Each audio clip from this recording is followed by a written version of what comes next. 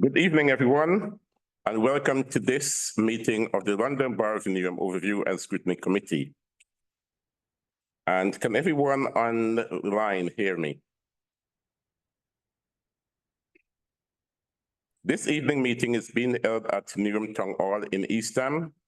Members unable to join us physically at this location are able to join remotely. However, they will not be able to vote and their attendance will not be officially recorded, although their virtual attendance will be noted in the minutes. With regards to meeting etiquette, please may I ask members who are present in the chamber to raise their hands when they intend to speak, and members online, please can you raise your virtual hands. This meeting of the London Borough of Newham Overview and Scrutiny Committee is now called to order. Welcome, everyone. And I will start by introducing myself. I am Councillor Anthony McColman, Chair of Overview and Scrutiny Committee and members for Royal Albert. And I start with Paul. Good evening, everyone. I'm Paul Leslie. I'm the Chief Executive of Rights and Equalities in Newham, but I'm here in my capacity as a co-optee. Hi, I'm Councillor Susan Masters and I'm a councillor for East Ham South and also Chair of Health and Adult Social Care Scrutiny. Councillor Lester Hudson, Ward End Ward. Councillor Beach, Kennington North. Councillor Carlin, Lee Parkway, Glasgow South. Councillor Tredford, Stratford Ward, and Chair the Crime, Environment and Transport Commission. Councillor Lewis, Green Street West. We have two scrutiny officers. Kurt Beardley, Statutory Scrutiny Officer. Artemis Kelson. And over to the executive. Corporate Director, Paul Kitson, Corporate Director, Inclusive Economy, Housing and Culture. Roxana Fiaz, Mayor of Newham and Portfolio Lead for Inclusive Economy and Strategic Housing Delivery. Momtaz Begum, Head of Law. O'Brien, Head of Finance. Darren Mack, Director of Community Welfare. Tom Badger, Regeneration Manager. Thank you, everyone. Sorry. Chair, and we have Councillor Mirza and Israel. Sorry, and the councillors online. Councillor Mahmood Mirza, Board and Ward. And is there anyone else online? We did Councillor Shaw. Yeah. Okay, we move on. Apologies for absence. Is there any apologies for absence? Not the time Yeah. So the clerk would note that there is no apologies for absence. Declaration of interest. Are there any members wishing to declare any interest? Yes, Chair. Yeah. Chair, I'd like to just declare that I was part of the Development Committee when this said item came in May of 2023. Okay. Councillor Masters. I need to make the same declaration that I was also, I'm pretty sure, a member of Strategic Development Committee at the time. Yeah. Although I wasn't in that meeting. Okay. And yes. Sorry, just for full transparency, I'm a current member of Strategic Development Committee along with Councillor Masters and I believe Councillor Mirza. So I'm sort of seeing him nodding on the screen. So maybe I've got that wrong. Yeah. And we Yeah, I'm current member of Strategic Development Committee. Thank you. Yeah. And Councillor Chadder as well. It's feasible this could come back in the future, so it's probably worth saying. Okay, thank you. And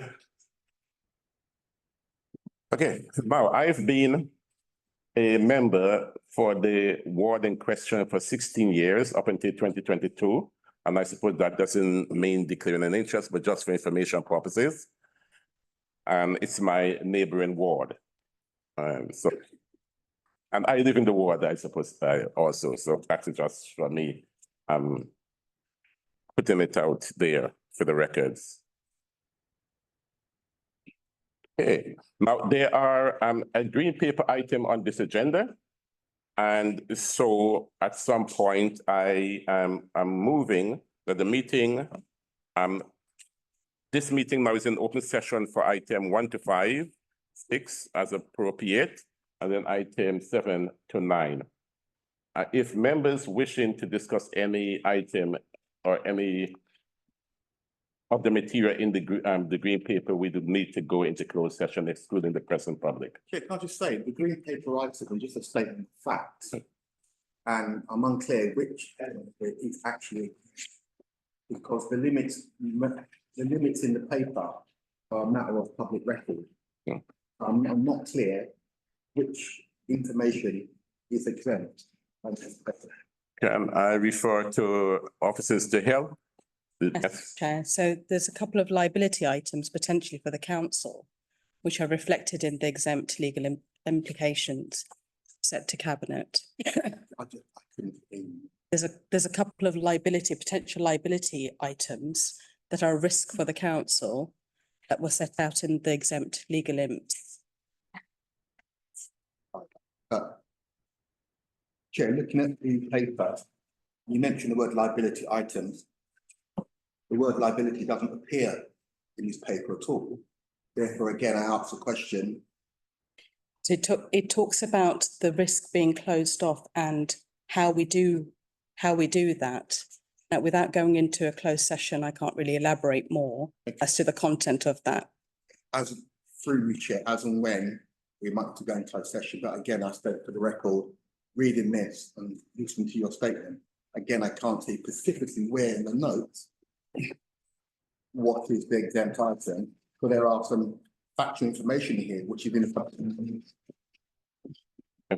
Councillor Masters. Would it be worth quickly going into closed session just to seek clarity so that we don't accidentally reveal?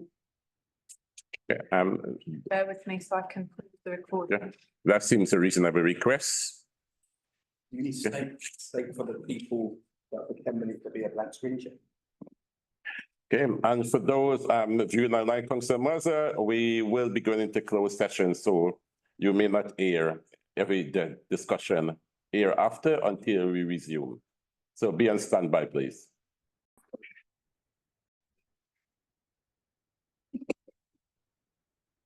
Okay.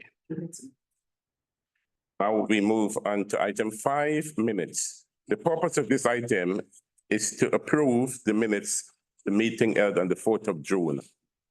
I invite members to raise any specific correction for accuracy. Not that I wish to add to the pain this evening, but we haven't got the minutes of the 23rd of April. We haven't received those. So can we ask for those to be carried over to the next meeting? Yeah. Noted. Is there any members going to be raising any specific matters of accuracy? I therefore move that the minutes of the meeting held on the 4th of June be agreed as a correct recording. Do I have a second there? Yeah. Councillor Paul seconded, and thank you. Now we move on to the substantive item for this evening, which is dealing with the calling. For members of the public, there was a pause in this meeting, and that was to discuss some legal issues. Now that has been resolved, we are now back with the meeting in earnest. For this evening, for this meeting, we have the Mayor Roxanne Fiaz, we have Paul Kitson, Corporate Director for Inclusive Economy and Housing. We have Darren Muckin, Tom Badger, and Ailey O'Brien. Missing one chair. Who am I? Matilda. Okay, sorry, Matilda. Yeah, Matilda Lee Breton. Yes, thank you. Thank you, Terry. Yeah. Colleagues and members of the public, on 4th June 2024, the Cabinet agreed the recommendation as set out in the Cabinet report attached at Appendix A and as amended at the meeting. For reasons set out in the report and appendices, the Cabinet resolved to, amongst others, approve the capital budget allocation of 13.2 million to the existing capital program to be funded from borrowing. The purpose of this item, the calling item of the cabinet decision made on the 4th of June 2024 on the Royal Docks Bridge allocation of capital is to review the decision of the cabinet made on the 4th of June on the Royal Docks Bridge allocation of capital. This item was called in for consideration by Overview and Scrutiny Committee in accordance with the provision of Rule 15 of the Overview and Scrutiny Committee Procedure Rule in Part 4 of the Council's Constitution. The Overview and Scrutiny Committee may review the cabinet decision and thereafter may either take no further action or refer it back to the decision makers, that is the cabinet, for reconsideration, setting out in writing the nature of its concern. For the benefit of the viewing public and members present, members on the Overview and Scrutiny benches called in the cabinet decisions, and they're likely to argue that approving the capital budget allocation of 13.2 million is a cost that the council cannot afford in light of its predicted budget gap of 60 million between 2025 and 2027. They are likely to further argue that the proposal will add nearly £1 million per annum, and over the life of the project, 49.5 million to the council capital financing cost, which will have to be funded from the council revenue budget, which is already overspending this year by about 47 million and likely to overspend in future years. On the other hand, the executive might argue that its vision for the Royal Docks reflect the way we now need to live and work to secure a sustainable and inclusive NIRM. They believe that the Royal Docks Bridge is a vital piece of infrastructure that will make a significant contribution to that part of the docks. I now move to the order of the meeting. The meeting should be held in 5 parts as set out below. Under the main item, Agenda 5, the following approach and timetable is suggested, and I want to go through that order for the interest of time. At the end of the meeting, the committee must resolve whether or not to refer the matter back to Cabinet for reconsideration, and if so, it must also resolve upon its key concern provided immediately to the Cabinet for consideration along with the decision. The committee must agree in committee verbatim the precise word for its resolution, including if it will refer executive decision back to Cabinet. The resolution notice setting out the resolution of the Overview and Scrutiny Committee needs to be drafted by scrutiny officers and signed off by the chair the next day, which is tomorrow, for referral back to Cabinet by Friday, the 26th of July. If the Overview and Scrutiny Committee refers the matter back to Cabinet for reconsideration, a representative of Overview, i.e. the chair, should attend Cabinet to present the findings of the committee.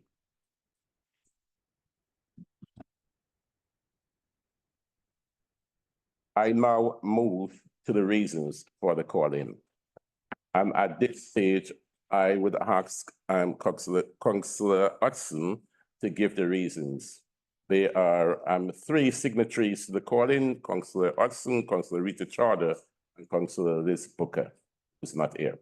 Councillor Hudson. Thank you very much, Chair. Councillor Liz Booker has resigned. So I believe that councillor Carleen Lee Poke is also signed for the call-in. Yeah. Right. Reasons for the call-in. Thank you very much. Financial.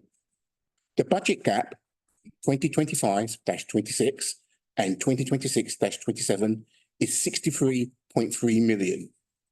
Page 392, Council Agenda, 29th of February. The period two management accounts also show a budget gap stroke variance of 6.4 million. The estimated budget gap over the fiscal years 2024-25, 2025-26 and 2026-27 is £110 million. It should be noted that the sum of the general reserve, the authority transitional reserve and the capital finance reserve per the going concern report is 78 million, and that's from the going concern assessment 23-24 audit committee papers 19th of June 2024. I also believe there are additional £22 million of reserves. I think it's the council tax reserve which can be used. So in essence, the budget gap is £110 million and the medium-term budget is showing, and the medium-term reserves are £110 million. Not a healthy financial position. The Royal Docks Bridge project spends nearly £1 million per year for 50 years on borrowing costs that will require an additional 1 million in revenue savings annually, which is unaffordable given our current £110 million budget gap over the next 3 years. Additionally, this expenditure does not yield any asset return. Second reason, need. There is no analysis provided on the necessity of widening the bridge. Developers are already required by statute to build the footbridge, ensuring that the bridge will be constructed. The report lacks information on different capacities or requirements. The area is already well connected with 2 DLR stations within 10-minute walk of Millennium Mills and direct access to Custom House Station, making the footbridge redundant, as it only takes 24 minutes on foot about it. Third reason, legal concerns. And the legal concerns will be read in 2 parts. The part which will be in camera and the part which will be exempt. The part which is going to be in camera, legal concerns. Reasons for the calling is for the Royal Docks Bridge include concerns arising from exempt legal advice.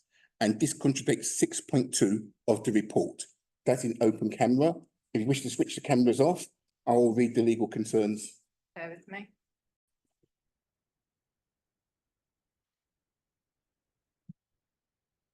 Is that? Those are the reasons. Okay, and thank you, Councillor. Councillor Crowder, is there any?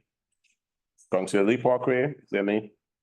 Okay, I now open the questioning with 3 members who are here and their reasons, and that to anyone on the scrutiny benches. And if you need any clarification from the executive, you can also ask. Okay, so With throughout 3. the document, throughout the cabinet paper, the bridge project is referred to as essential. It's also referred to as key, as in key to the rather than a key decision, but sort of committees threshold for an infrastructure project being decided as essential. Who was you asking that question? I think it's kind of an officer's question, so I'll go to the board if that's okay. No, the question, no, it's you now need to be asking the 3 members who called in. So it's not to the executive. Sorry, Chair, it's my first time on this committee, so I do apologise. Okay. Okay, so while you're rethinking, if you do need to ask a question, is there any member wanting to ask Councillor Hudson a question? Yeah, Councillor Paul. Thank you. In section 4.6 of the report, sorry, 4.8 of the report, it says that ownership of the asset will remain with TSB to operate the bridge's operating mechanism in collaboration with the Royal Docks Management Authority. The cost of operation and maintenance will be the service charge for the Silver Town development. Because of the financial funding of the viability of the project, did you look at the actual cost to the residents of the impact of the service charge? Well, obviously in Newham, we have a bit of an issue sometimes with developers giving a easy service charge, and at some point down the road, they increase the cost. So I'm just wondering, did you factor that into your considerations looking at the bridge project? Since we're looking at resident benefits. Who's going to answer that? I'll answer that question. In terms, obviously, there was no information in this paper to say, from the point of view of the residents, how much their service charges would increase. Nor was there anything in the paper about consultation with residents, about, how much their service charges would increase. I do understand that Rodmer does have a mechanism collecting service charges, from people who own sites adjacent to all the docks, and they would have a sinking fund, and it might be a reasonable question to say, Rodmer has a sinking fund for maintenance and refurbishment of the bridge, and why isn't Rodmer paying any additional monies to that? But it is a weakness in the paper, and I do hope that I hope that the mayor will reconsider this project, but should this project continue, there would have to be substantial consultation with local residents about increases in their service charges during this cost of living crisis. Councillor Paul. And just additional, obviously, in terms of section 7, alternative considered. Really, I'm looking at the concept of opportunity cost. You say in your preamble there's just under £1 million revenue contribution to pay for the loan, and there's 13 million of capital being facilitated. Have you given any consideration of the opportunity cost to the borough, i.e., what will be the impact on taking £30 million? Obviously, taking out £1 million in terms of our any consideration regarding that? Yeah. Yes, I have given consideration about this. A sense that if you look at the budget gap that's going to take place in 24-25 and 25-26, a lot of that budget gap is going to have to be reduced through reductions or cuts in children's and adult services. So I suppose my question will be, if you're spending £1 million per year revenue on this bridge, what additional cuts are you going to be making in children's and adult services? Given that in those fiscal years, Newham Council has to deliver a balanced budget. Well, it's not for the executive to answer now, so I don't. Yeah. I can't answer what cuts the council is going to make in fiscal years 24, 25, you should and 26. Paul. That's not listed in the report. Okay. The opportunity cost. So you are highlighting that there is a gap in the report. Okay, that's noted. So I take it that is there no one else? I mean, there's no other questions for the three members.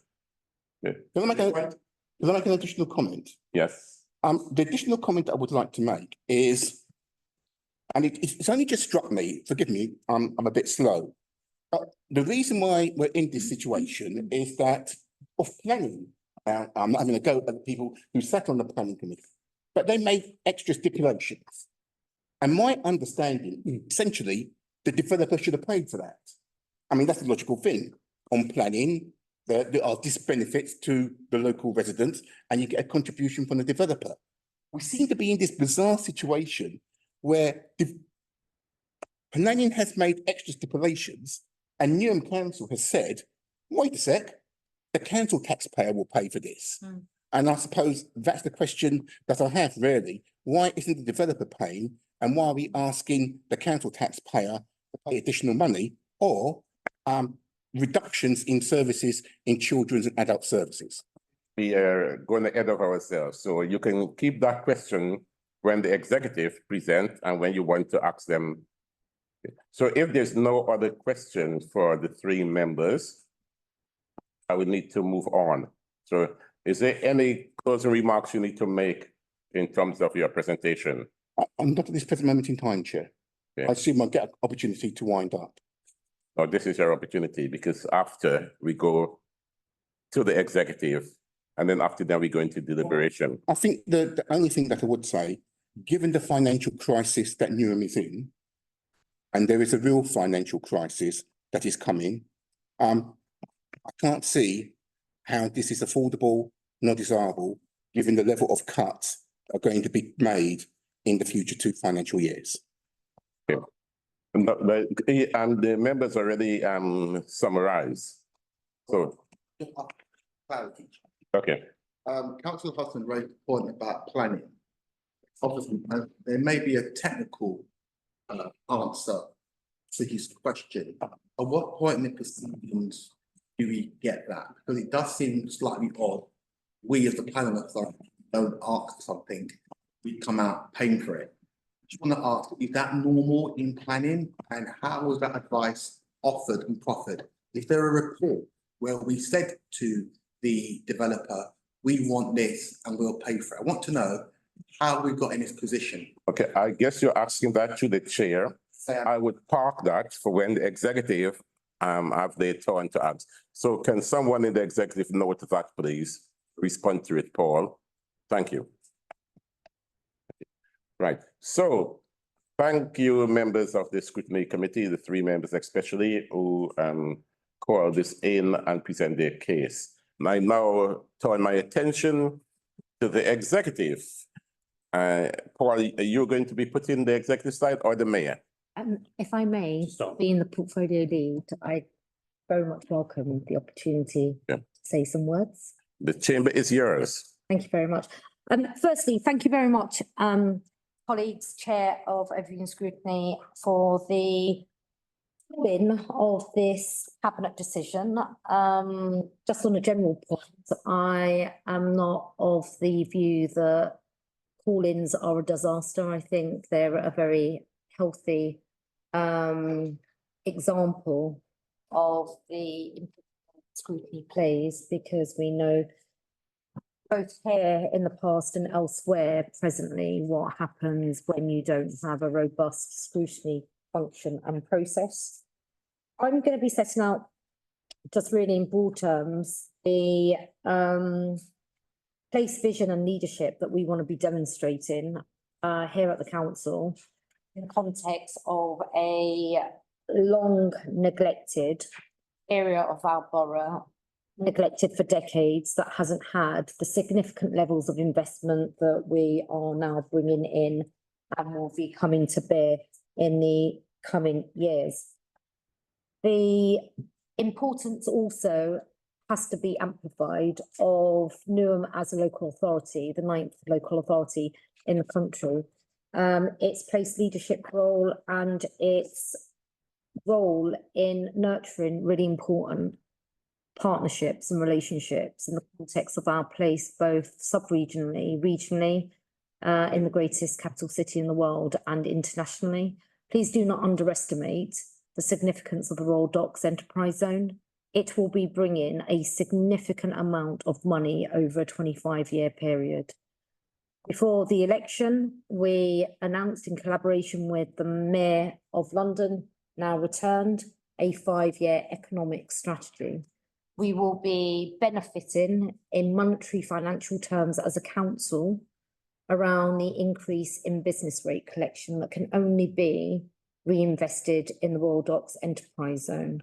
I appreciate the questions of concern in the context of the current economic climate and issues of interest rates and the corresponding concerns around long-term borrowing costs and the current on-year pressures with regards to £1 million in revenue. I appreciate the concerns given the interrogation by the member on this scrutiny of the council's financial position and what you're drawing out from your interrogation of our financial papers with regards to the coming fiscal years. I would ask the cabinet papers that will be published next week as it relates to the summer financial reports and our transformation here at the council. The aspects of that will provide comfort, and as you know, the burning pressure facing the council's temporary accommodation. It is an issue not of our making. It is a result of market failure. Officers here will talk through the technical detail and answer in detail on some of the specific questions you've raised. This is a significant inward investment to the borough, and for us to be credible as a local authority that has an ambitious vision of place for our people, it is right that we make at all times balanced and rational and logical judgments as to what to invest, when and why.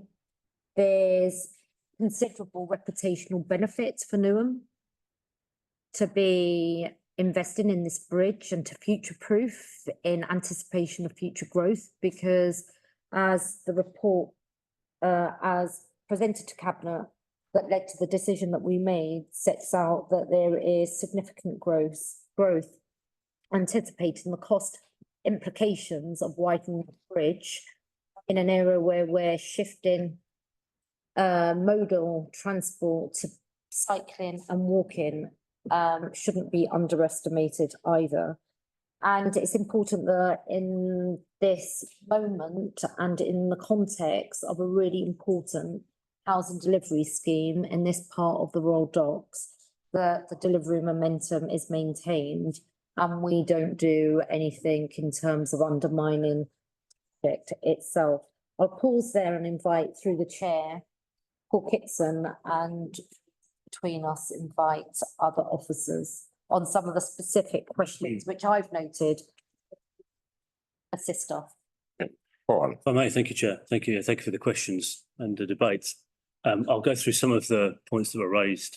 On the service charges question, the proposal here is that the maintenance operational cost of the bridge will be met by service charges of people that will move into Silvertown Quays.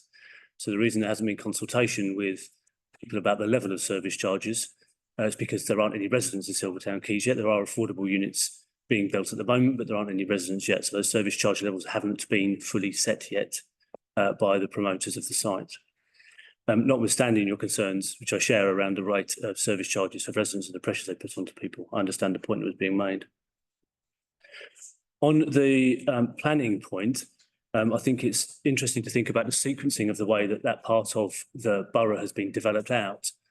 We know that West Silvertown, Royal Wharf and all of that particular part has been built out over recent years, the past 6 years, at some pace actually compared to developments elsewhere, and largely because of the DLR link.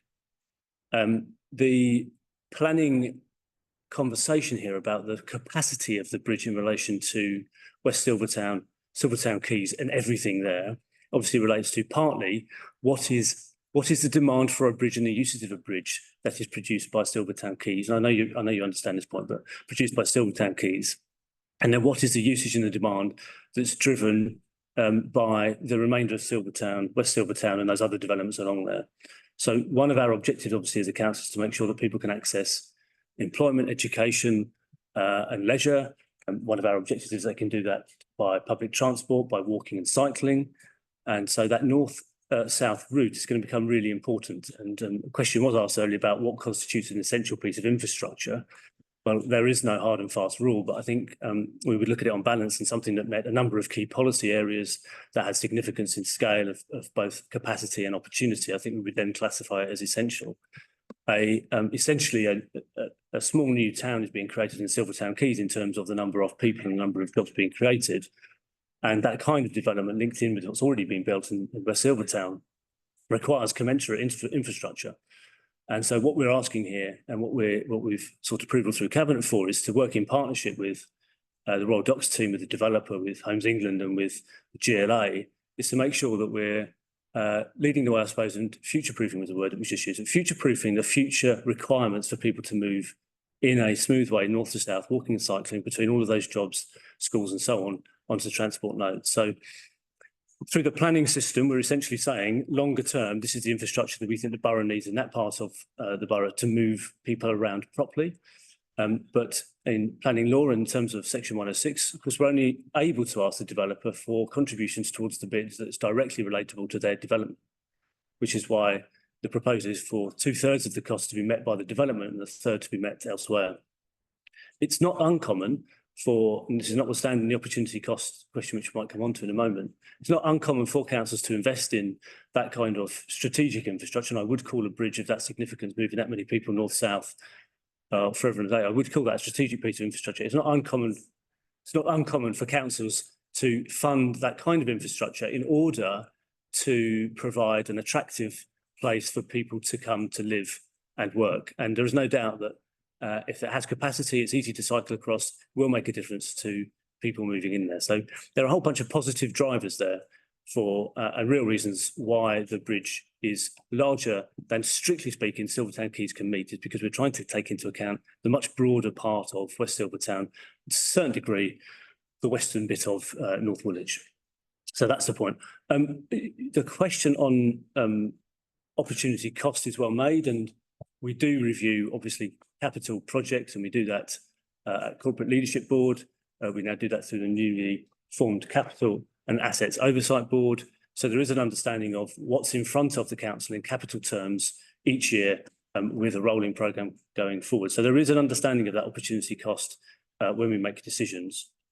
I think I might leave it to the Mayor to comment on the question about cuts. I would just say that the financial challenge, obviously, of the council is sharp, and no decisions whatsoever have been made about the apportionment or the way that those service changes or other ways of meeting that budget deficit will be met. It's too early to say. And I'll pause there for maybe subsequent questions. So if you finish it, are you finished with your presentation? Yes, we are. Okay, now I invite members of the review and scrutiny benches to ask, and I've seen a barrage of hands. So I've seen them, Susan, McMinney, Rita, Cardinal Parkway, and Councillor Paul. Okay. And then Lester. So I'd like to start with the concerns I have around Mayor's definition of place leadership. And we've been here before when we were discussing Newham Sparks. It was a similar approach of needing to show place leadership. Now, to me, what I don't understand is why place leadership always seems to involve us spending large amounts of money, when actually place leadership can be things like making introductions, like lobbying politically, like finding sources of funding. I don't understand, given our circumstances, why we aren't shifting to that model of place leadership. Is that your question? Yeah. Yeah. Definition that I perform entails all of that. It's not a case that in our role as place of this place called the London Borough of Newham, we do not look to secure monies through collaborations, inward investment, grants, and the like. It's not as narrow a definition as you're suggesting that I adhere to. But in this instance, it seems that it is. With Newham Sparks, it seemed like it was. We're no longer in a position where we have the funds to commit to projects on this scale. So I'm worried that we're still pursuing that version of place leadership. I would suggest, just through the chair, that again, the definition of place leadership that you've iterated is not the definition of place leadership that we pursue.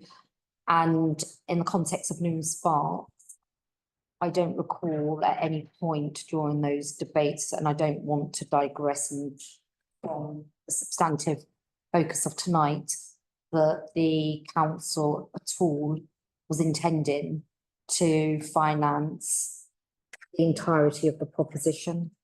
We had undertaken works in order to justify a business case, and we had undertaken works to justify some spend, but in terms of the full realisation of optimising the site, that hadn't been proffered as a purely council-led But coming back to the bridge for the reasons in part articulated by Paul and in the cabinet report demonstrates contribution on part of the council in the context of a site and a scheme that is millions fold.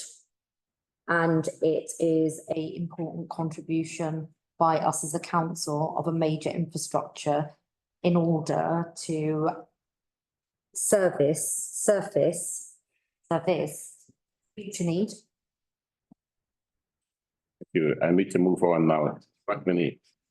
Thank you, Chair. I'm sitting next to a very qualified, highly experienced colleague in the financial sector, and I'm not. So my questions are going to be very based on the layman's knowledge that I have.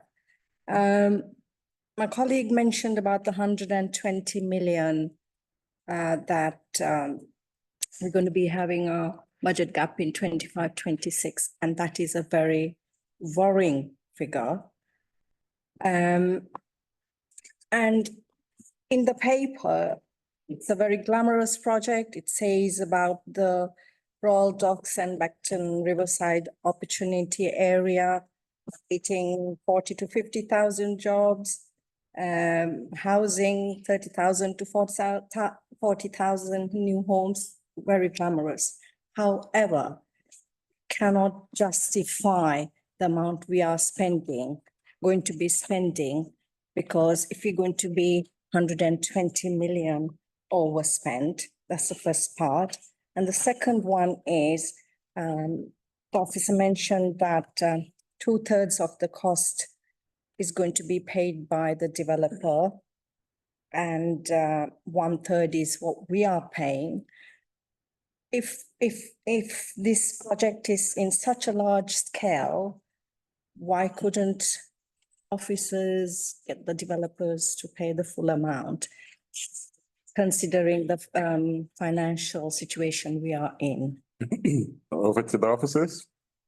May I firstly address the commentary around financial situation based on estimates of budget gap over coming fiscal years, and just urge colleagues at this meeting, notwithstanding the sobering figures that are presented as estimates and forecasts, please wait for the detail in terms of our response. And then going back to an earlier comment relating to savings cuts and the like, there will be a diligence, an expansive set of discussions within the executive senior officers in the coming period, and at the appropriate points will be presented to members, including members of opening scrutiny. And then I will pass on to Paul in the first instance to address your substantive point. Yeah, thank you for the second question about why couldn't officers have negotiated superior. It's a couple of bits of context, obviously, is that the Silvertown project has been stalled for a number of years, hasn't it? Silvertown Quays, and it's largely because obviously the development viability is so poor and has been so poor for the master developer there and the funders. Those sites, without stating the obvious, are very expensive to bring forward because of the remediation work that's required, the demolition work that's required. There's obviously kind of flood risk and flood storing up. There's quite a lot of moving material around, and it's a relatively new market, although Royal Wharf obviously has established it as a market.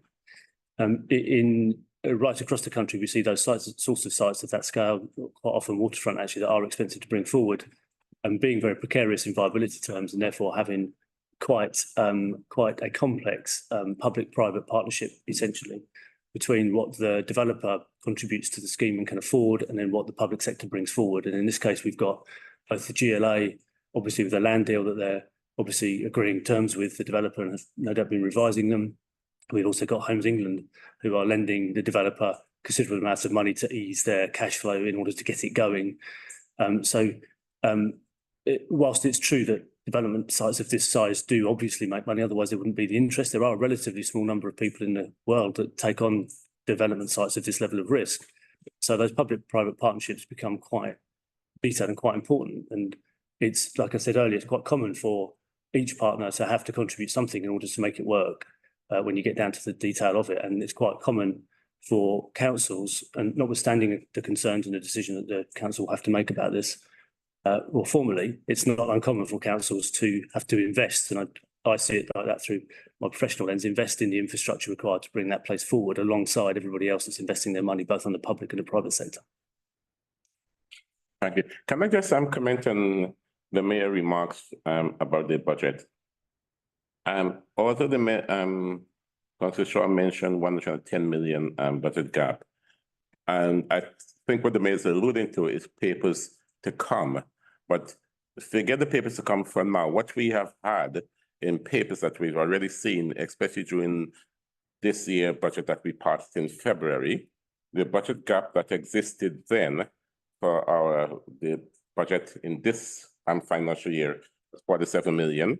And it was said then that we have a budget gap of 60 million for the next 2 years. So 47 plus 60 is 107 million.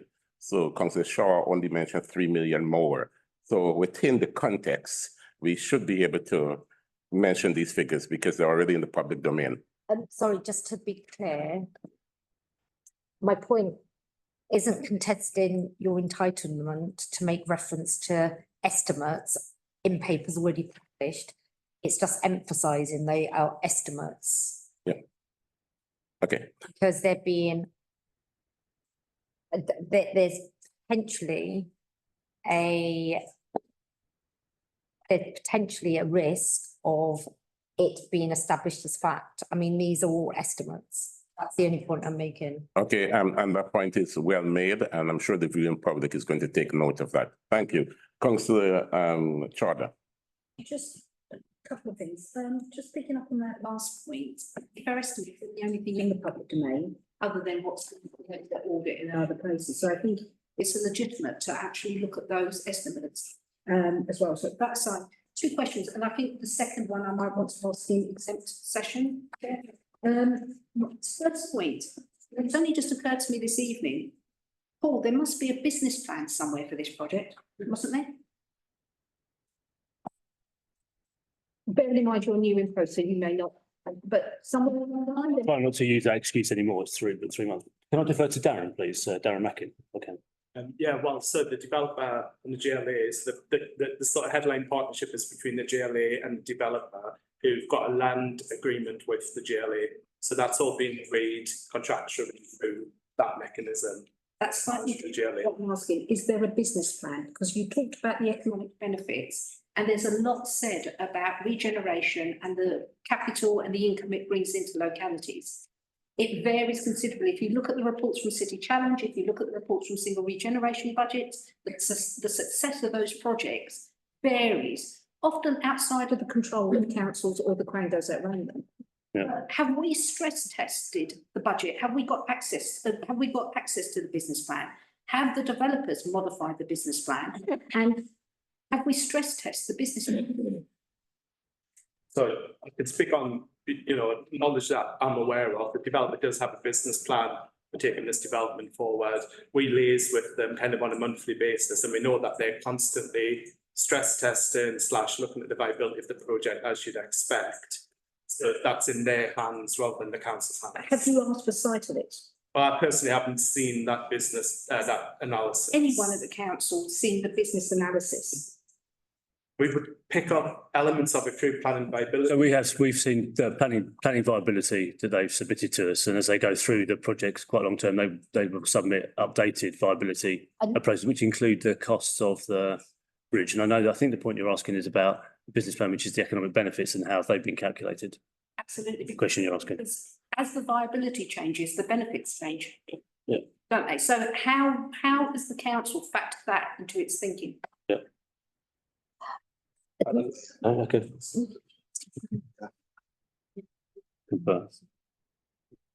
Sorry, if I may just to add, so the Royal Docks Enterprise Zone is the partnership between the Mayor of London, Mayor of Newham, GLA and Newham Council. There is the entity known as the Royal Docks Enterprise Zone Board, That board is made up of membership as assigned and approved by the Mayor of London. There is a GLA sponsored resourced team that's got links to the GLA Finance Department, legal and the like, and matters that you're raising come to the board and are shared. I sit on the board.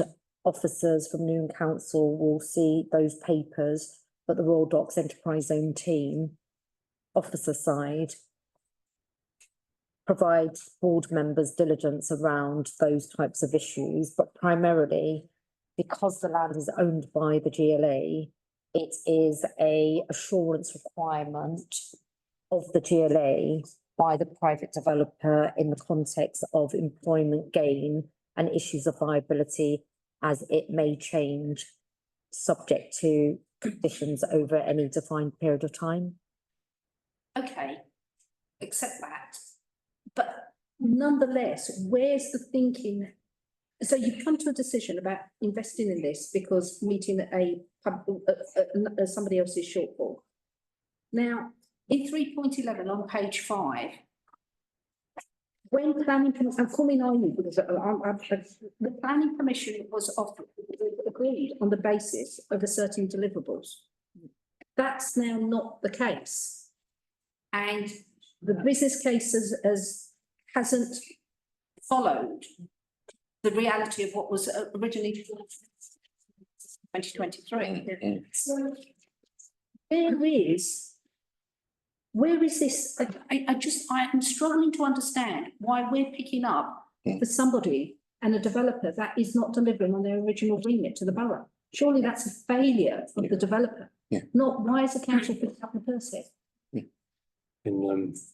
It's a good question. It's a valid question, and I can only answer by talking about the change in circumstances, perhaps in the commercial environment over the past 2 or 3 years. And we've seen this in a number of places. So costs have increased on major sites for 2 obvious reasons. One is obviously cost inflation, and that shouldn't be put aside too lightly when you're talking about the infrastructure, the size that gets put into a development like this. The other is that the build costs for high-rise buildings and flats obviously has increased significantly over the past 2 years because of changes to building safety regulation requiring second staircases, and we're seeing this nationwide. So over the past 2 years, because of those two factors over the past 2 years, the viability of schemes has fundamentally changed. So we are seeing that nationwide. Master developers of large sites having to come back and renegotiate viabilities on sites that include high degrees of infrastructure and a loss of high-rise buildings. So that said, the bridge is still going to get built, but not to these specifications. If we don't put the money in, the bridge is still getting built, isn't it? Yeah. The bridge would need to be redesigned and built to the planning status. Yeah, it would be.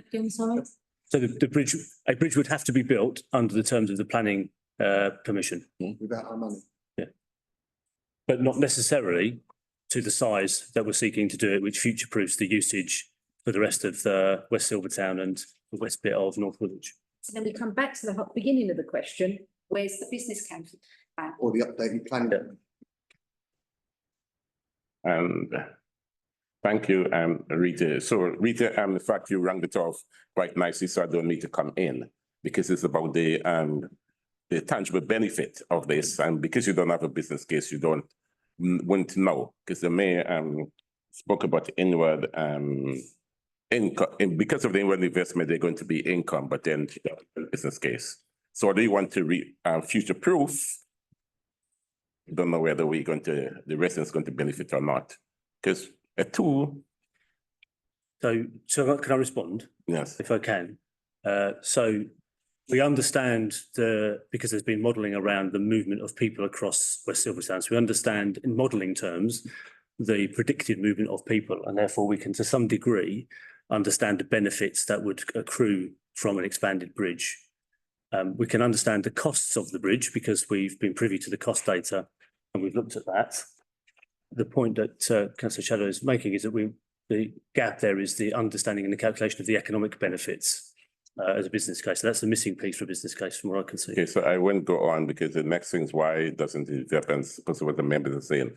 cater for that rather than us catering for it. Councillor Parkway, then Paul, then Lester, then Lewis. Thank you, Chair.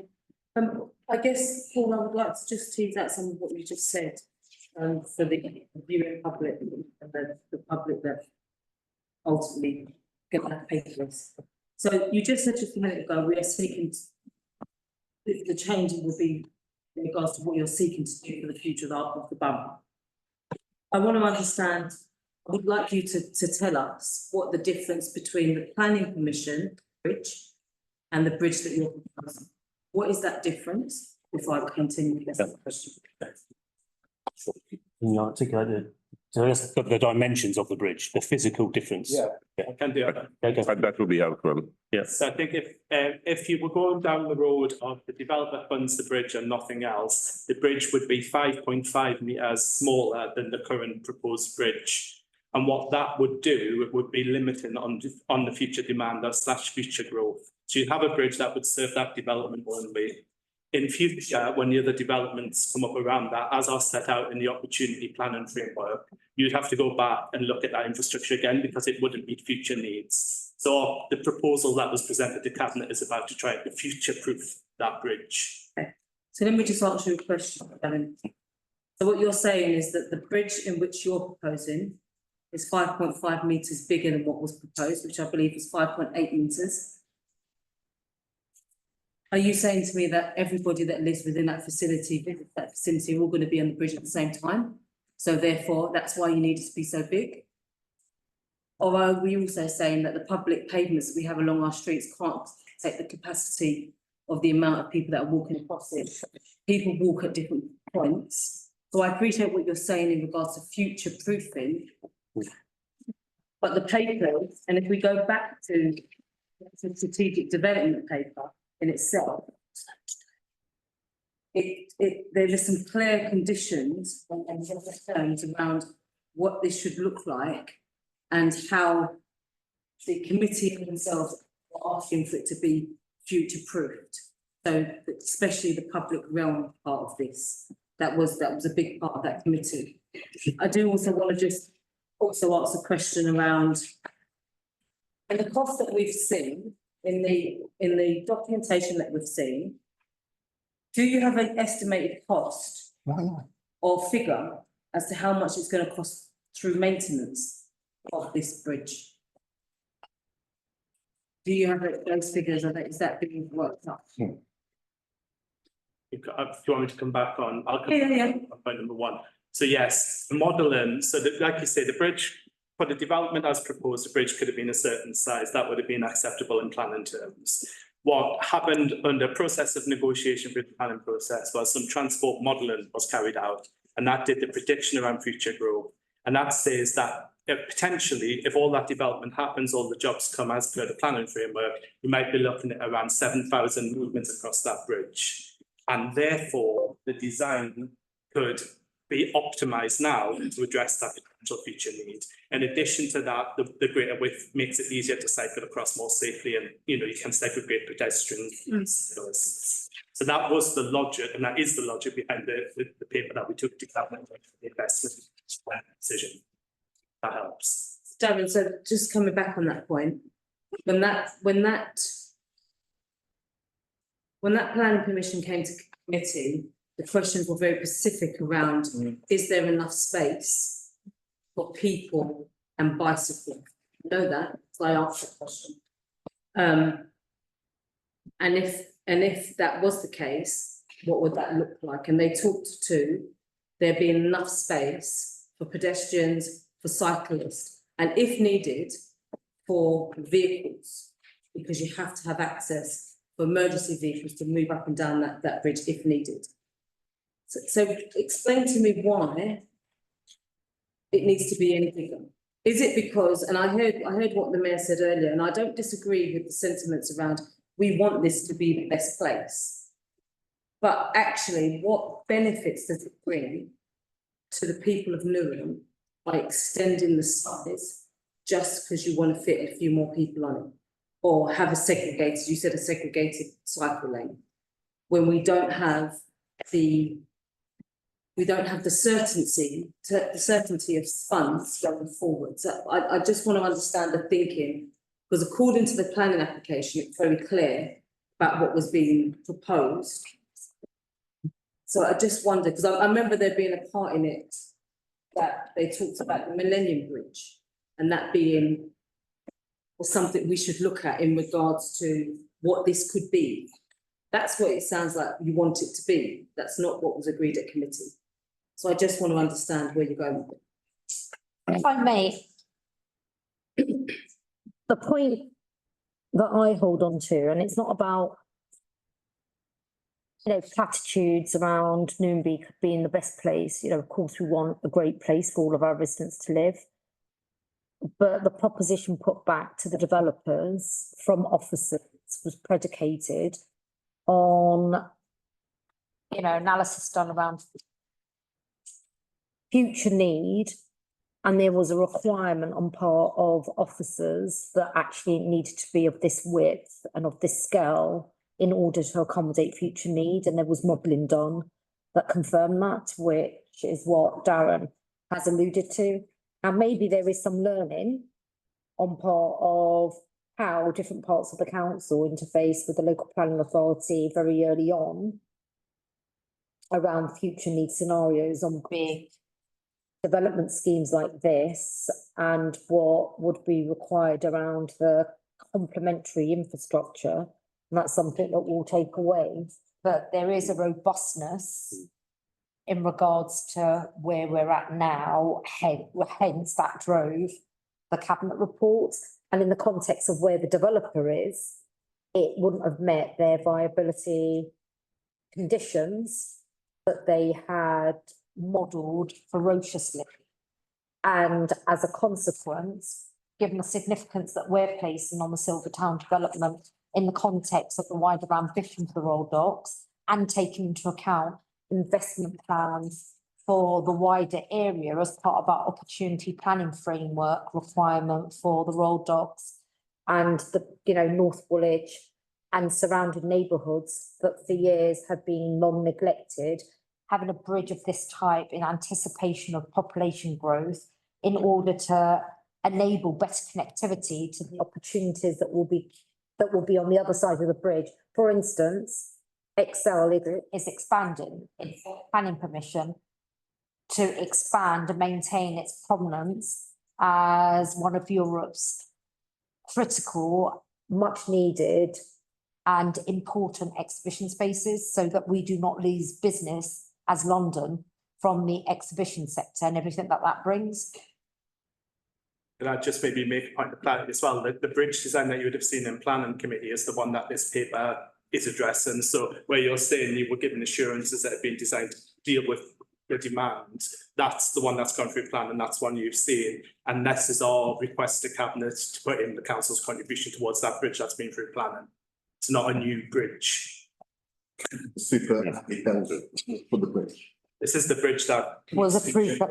No, but we've had the bridge go through, sorry, Jeff, we've had the bridge go through to the bells on the bridge, right? So the bridge that Yeah. we're discussing through this call-in is the bridge as approved at planning. That's what Darren. That's right. The 5.8 metre bridge as approved at The bridge that was approved at planning is the one that we're seeking to put the investment into. There was an alternative way back at the start of the planning process for the smaller bridge that just satisfied that development. Yeah. The negotiations between council officers and the developer meant that that wasn't considered, that was not pursued, and we went instead with the developer to do this larger bridge now, which is the one that came. And the dimension of the previous bridge, what's the dimension of that bridge in terms of width? So there was a, well, somebody maybe help with the dimensions on that, but there was a planning compliant opportunity, Yes. which wasn't designed up because these conversations took over about securing it for future need. But I think somebody might be able to say what the width could have been. So, because in my, So that was the original one was 5 meters. So it's Pardon? 5.8. 5 point, that was the original bridge, 5 meters. So from where I'm sitting to that is about 5 meters. And so that's quite a broad bridge. Bigger than Millennium. Yeah. So And so if it's the original one is 5 meters, new one is how many meters?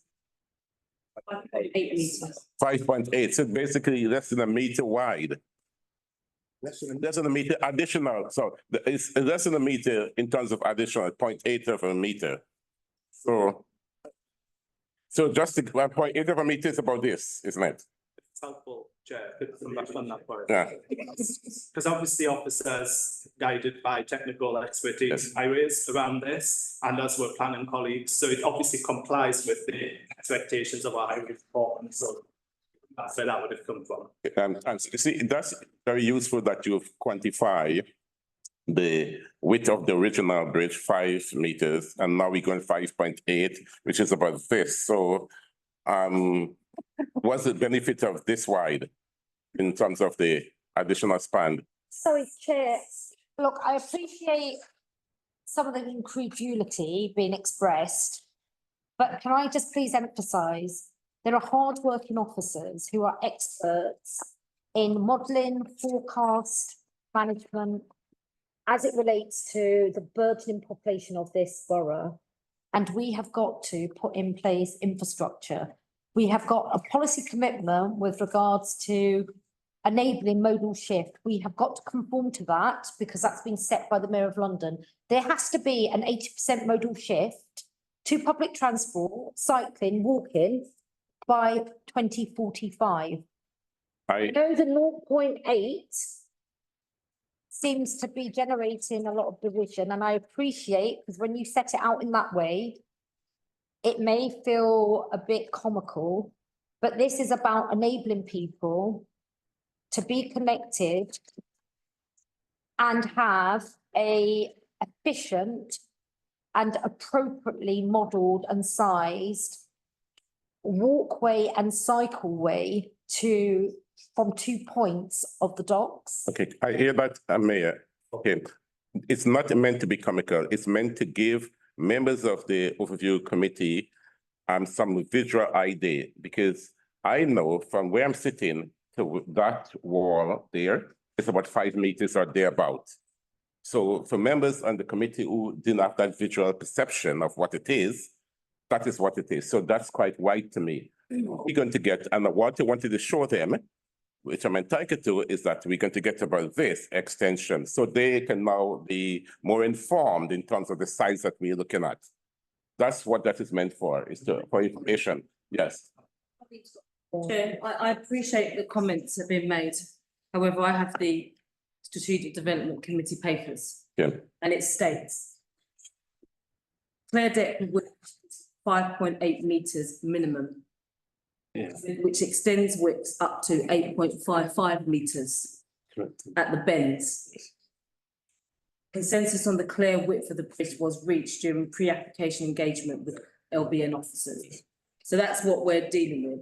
And when the officer spoke, he talked about the extending the bridge by 5.5 meters. Minimum.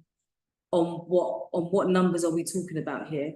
On the, what sounds like 30 centimeters? Yes, sorry. Because it's only 5.8. Yes, in fact, we. Shall I propose standing orders again? Yes. Second. Okay. Second. Okay, is that agreed? Please. Thank you. So I guess, Chair, I just for clarity, the papers are clear about what it is that it says.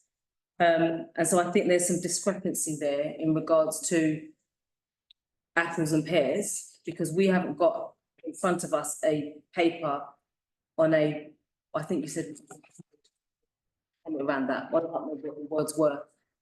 We have papers around, it's a 5.8 meter bridge that extends up to 8.55 meters around the bends.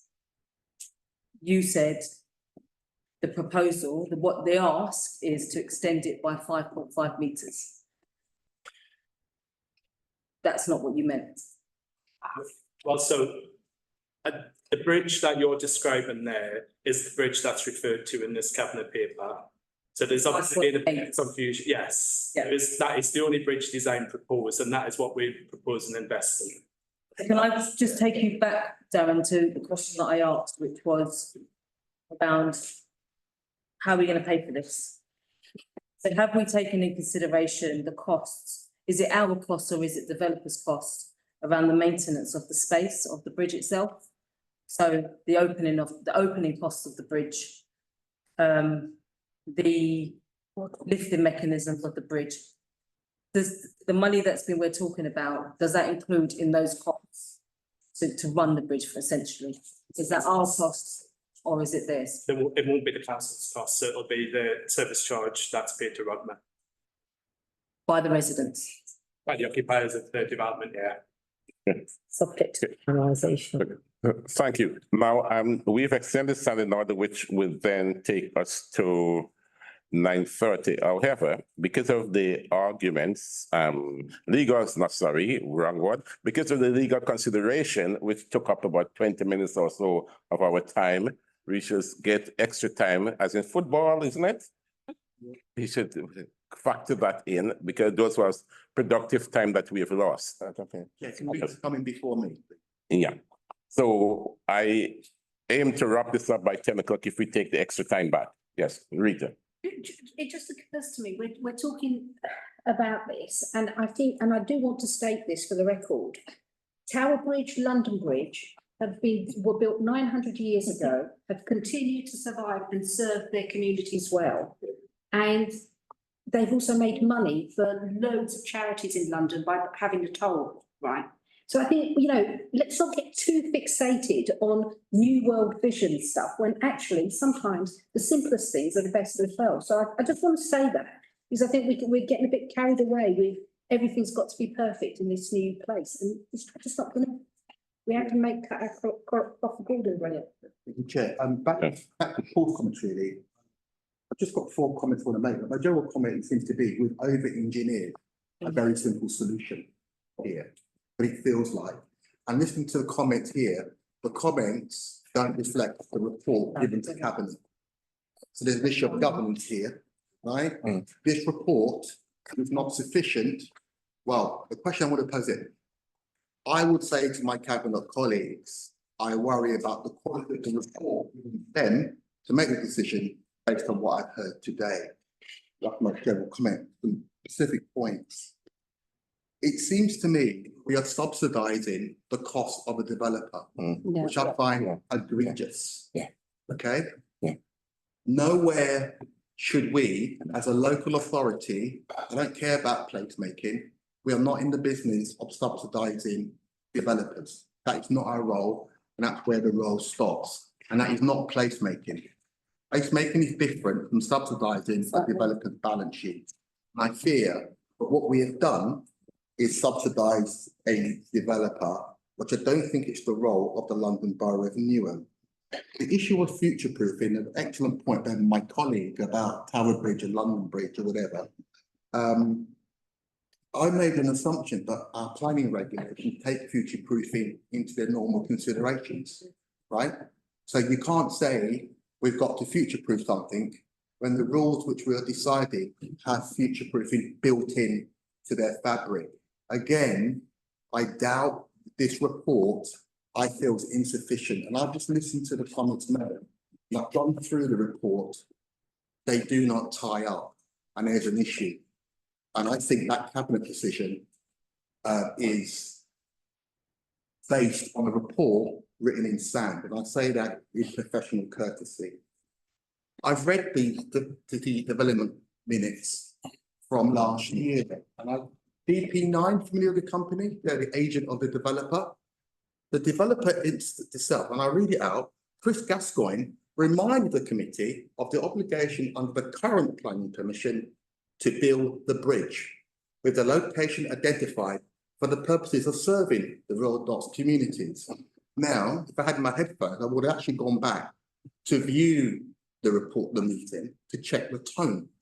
I suspect that comment, and I'm looking at my colleagues who are at the meeting, that comment was made by the agent of the developer to provide assurance to the committee that they will build the bridge. I don't know how we've gone from May 2023 from the developer saying they'll pay the bridge.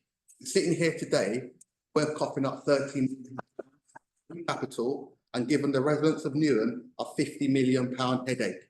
for the next couple of years. There's a gap there, and I don't know where that gap has appeared. We talked about placement. Again, I looked at the report and I tried to look at the appendices. There's a concept in planning about GBA, okay? Where is the number? Where is the economic number?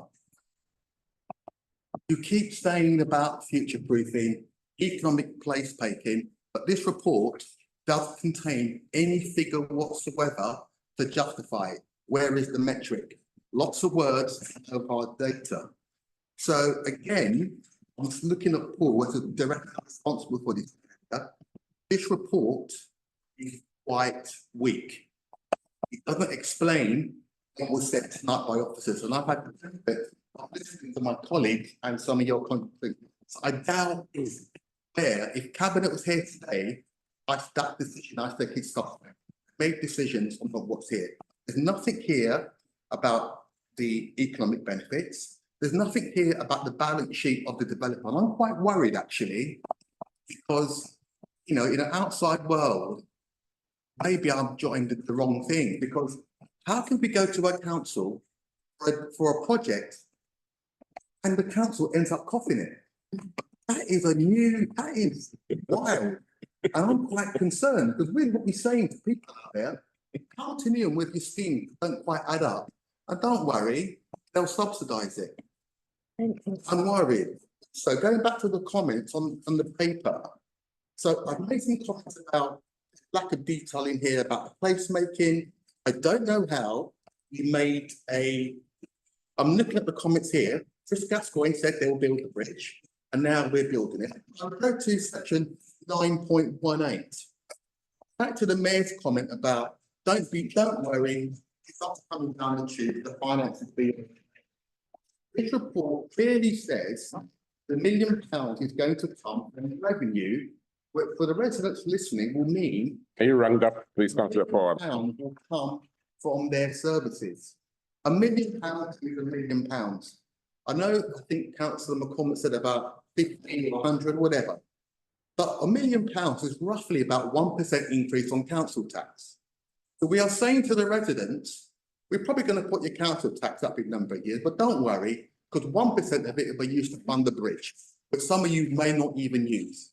So again, in conclusion to my comment, long way round, and Paul, you can answer those comments wherever way you want to start from, but I'll summarise it for you. This is an over-engineered solution. The council subsidising an employer.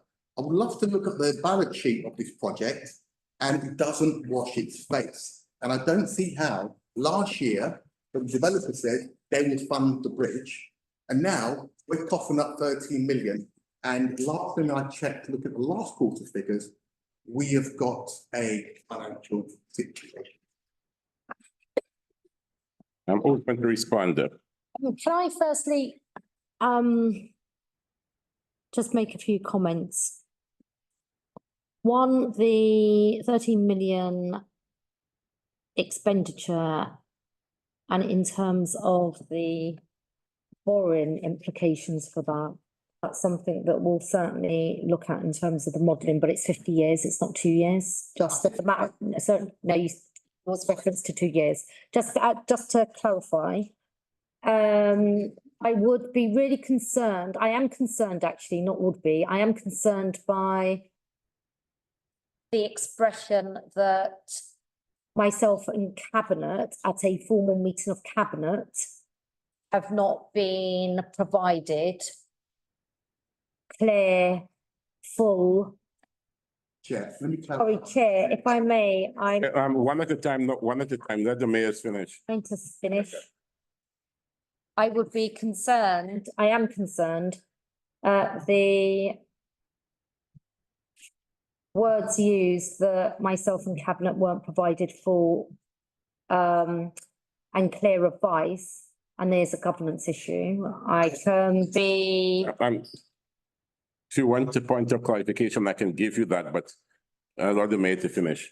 And I would want to seek, I would want to express assurance that every single Cabinet paper goes through quite robust discussions prior to them coming to formal cabinet for myself and cabinet to approve.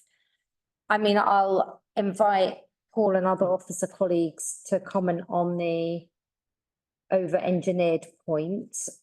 And I don't accept and I don't recognise the language of come and we will subsidise and we're subsidising something that should be met by a developer in the context of the arguments we've set out as to why we believe that this is important. Yeah. Clarification, is there anything? Chair, my comments were based on the comments I heard tonight, or the information given tonight, as I was listening, reading the paper, something different came out, which is not covered in this report. My comments, Chair, I wasn't making an assertion that at the time of the cabinet meeting, the mayor and other cabinet members weren't given the right information. What I said, and I clarified my comment, based on comments here tonight, principally by Paul Kitson, some of those comments were not reflected in the paper, and therefore not limited to sign the recommendations. Those are my comments, and I'm willing to be corrected because I know that recording is tape, Chair. The other point I mentioned about subsidy, well, I think the record is there and it stands. The developer said they will build the bridge. A year later, we're building the bridge. There's a subsidy there. Thank you. And just commenting on what Councillor Potter said, and I have found that myself in previous occasions when paper came to us, what is written in the papers is not always what is being explained. So and there's work to be done. I know I had the conversation with the mayor already and the chief exec. There's work to be done in some of these papers that when we sit with officers and have the conversation, it's all clear, but it should be clearer from the outset. And not from having conversations. Thank you, Chair. I can accept that, Councillor, and I can see that all papers have got room for improvement. I think the one comment I'll come back on, because much of what you've just raised there has been rehearsed elsewhere and into this evening, on the future proofing points, that responds to the transport modelling. So we'll come back to that same point. Transport modelling that was undertaken in the analysis is that the bridge will accommodate usage from outside of the Silvertown Quays development. So the simple equation is that we are able to seek financial contribution commensurate with the impact caused by the Silvertown Quays development, but not for things that are outside of that. We as a council would rather build a bridge that is future-proofed, if you want to use that word, for everything else that's going to happen in the area, rather than in the future think that bridge isn't quite big enough, it doesn't quite work. Okay, can I just come back there? The concept of future-proofing, is that an actual concept in planning and is it defined? So yeah, it's a good question, and I'm not a planner, and we haven't got one here. But section, if I can respond, section 106 demands from a developer must be specific and they must relate to the impact of the development. So they have to be directly related to the specific impacts of that development. If councillor, you want to future-proof a piece of infrastructure for something outside the boundaries of that development, you cannot reasonably ask that specific developer to fund it. You must either wait and find another developer to fund it, or you must find another way to fund the infrastructure. If you want to future-proof the infrastructure at the point of construction of the piece that is applicable to the development. And just check, reason why I about future-proofing, the comments on the planning meeting, he actually says the bit for the bridge was increased during the pre-app discussions to a minimum of 5.8 metres, which exceeded national, TfL and LBL levels. So the application itself, was future-proof, and now you've got this concept of new future-proofing, which again, somewhere along the line, it doesn't add up. It's not a technical phrase, but it doesn't add up. But the pre-app is being increased, the pre-app future-proof. We're exceeding national, and now we're going to another level. It doesn't add up. Can I invite Darren just for a quick comment on that as well, please? So yeah, I think the point around this is that in the pre-app process, we got to the point of that completed bridge that was in the application that was considered at committee. So that's what we're trying to say here, is that it was future-proof through the pre-app process. What you then saw at Strategic Development Committee is the bridge we're now seeking to put investment in, because through the planning process, as part of the negotiation, the strategy that was landed upon as the best strategy was for the developer to do what they would do, but for us to add this extra investment to make the bigger bridge to future-proof it. Not a negotiation in my books. You don't walk into a room and come out £13 million out of pocket, right? When the pre-app was already 5.8. That is not a negotiation. Also, Chair, I did ask it, where are the, and it comes to the Councillor Chadder's point about the business case, where are these papers and minutes about this negotiation? Because now my alarm bells are ringing here. You do not go into the negotiation and come out and have your pocket picked for 13 million, and the residents end up paying £50 million. That is not a negotiation, and that is a governance issue. We are here to protect the residents. Nobody would understand it. I accept we need to make a bridge and da-da-da, I get it. Right? I use that area myself. But when we talk about 13 million quid of capital and nearly 50 million over 50 years, and you went into a negotiation, we'd come off worse. Okay. So we do Just to come back, what I meant by negotiation was the all-round planning process and the trade-offs, as you'll understand, that are made throughout the pre-app process and the discussions that go on. So I was talking about scheme negotiation. There wasn't a specific negotiation as part of the planning process about financial amounts that the council would contribute. That, you know, that wasn't part of the planning process. What was let's create this space, let's create this place, and let's have a strategy where the bridge is future-proof. But you can see from our point of view, that's the last commentary. signed off. Sorry. I apologise, Chair, for interrupting. Okay. Okay, so now board officer and member, you're done now. I bring in Councillor Hudson. I'm gonna ask a really stupid question here. When did you know that you're going to be spending £13 million on this project?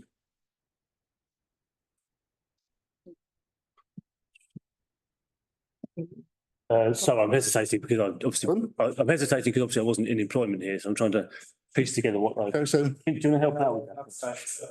The bridge was consented, as we've discussed, and there was then a conversation about the council's ability to contribute towards that, because that's the point we've got to with the planning application. The process, as you'll be aware, for agreeing that is through the budget setting process. Yep. So we took it forward into the next budget setting process that was coming into this financial year. If that makes sense, because the application was agreed in 2023. I'm sorry to appear thick, because I'm curious that you're saying you're funding it through the 60 million, which is a bucket. Because my expectation in terms of budgeting would be, and maybe it should be a recommendation in a future budget scrutiny committee, is that any project that you're thinking to spend in this financial year, any project, I would expect it to be included as a line in your budget. Yeah. Now, actually, I think you would have saved yourselves loads of trouble, because if there was a single line here which said bridge, £13.5 million, and we didn't ask any questions about it, your simple line would have been, well, you all agreed it in the budget, and it would be very, very difficult for us to call it in. We may have done. So I think that there is a weakness there, in a sense that, there seems to be history here, because previously we got 60 million at which you're spending money. I do recall in the previous budget, there was 130 million line where you had 6 lines for it. So maybe that's something that you ought to consider. I don't think you will be spending loads of money, because I think your financial crisis is so great. But I am somewhat surprised that it hasn't been included specifically in your budget. May I respond? Yeah. It's a really interesting comment and fair comment, and I'll give it some consideration. I'll discuss with Sulfika and Conrad as part of considerations on the back of this. Okay. Right. As Lewis and then Rita. I've got a question, which is in 4.2, page 19 of your packs, it talks about the Home England loan. Can I just understand what happens to the Home England loan if this doesn't go ahead? Which Sorry, which section? paragraph? 4.2. 4.2. Sorry, forgive me. What was the question? What happens to that Home England loan if this bridge doesn't go ahead? Okay, so it's not really for me to comment directly. I'm not party to the detail of it, but that loan agreement will have a series of delivery milestones attached to it. So we don't get that money if we don't. if I just conclude, so if that, no, that's fine. If there was a delay to a decision about the bridge and there was needed to be some additional work or some redesign work or something else, that would change the timescales for it, and then so the developer and Home England would need to, I suspect, revisit the terms of the loan. What do you mean revisit in terms of the loan? Sorry. So the loan would contain milestones for delivery against it, against expenditure profile. And if there was a delay to the overall programme of the programme as a whole, then the terms of that loan would need to be revisited. In other words, renegotiated, wouldn't they? So potentially we've got the situation now, which isn't perfect, where we've managed to get 28 million pounds something, and we're saying that we'll put 30 million in. But if we don't agree it now, or if you guys don't, if the cabinet don't sort of agree it now, or in a timely manner, we potentially lose that 28 million. I can't draw that conclusion. I was just trying to be very factual there. The terms No, I know. have to be renegotiated. I can't comment really about whether we lose the loan or the area would lose the loan or not. That would, strictly speaking, would be between the developer and Home England. Okay, okay. And then again, just very quickly, in 7, the alternatives they consider nothing, or the investment kind of renewal and maintenance. Was at any point any consideration given to other projects that could achieve some of the benefits of the bridge around sort of connectivity, but which weren't the bridge itself? Yeah, so not in this sort of specific process. No, there is a wider discussion going on at the moment about infrastructure needs and the road docks linked to the delivery plan that the Mayor mentioned earlier. But we didn't have any particular conversations about what else you could do on this site. Okay. Do you on a personal level, do you think we were having those conversations to see if there are a number of smaller projects which could probably achieve some of the benefits that you want without the sort of cost risk? I mean, I think in terms of delivering this development, there obviously needs to be a bridge because that's been deemed as part of the planning process that a bridge is required. So there's a discussion about what you do with the bridge and whether you build it for now, future-proof it. But I think the evidence is a bridge is required to support this development. Kind of, it seems to me like a lot of what we're talking about is the quality of the bridge, right? And we're saying that actually you guys can achieve a bridge that will sort of meet the planning commission, but it won't be as good as the bridge we're kind of offering. What I'm suggesting is that actually you could meet sort of planning permission for the bridge, or it could even come back to planning to gain new planning permission, and you would still then have some of this section 106 money that you could use for other things which could potentially help achieve these connectivity issues. Is that a fair comment that I've made? Is that a fair understanding of the situation? So I would just clarify that I think the section 106 money for the bridge would only pay for the smaller bridge. There wouldn't be anything left over. Okay. For 5.8 meter bridge. they're planning the sort of non-development. Yeah. Okay. The plan. Okay, I'm sorry, there's members on the scrutiny benches. We need to calm down a bit. Right. So Lois is still and that's your last bit, Lois. Yeah.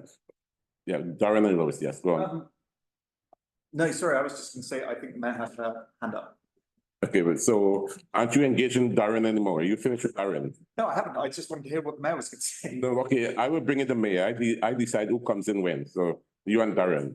All right, Darren.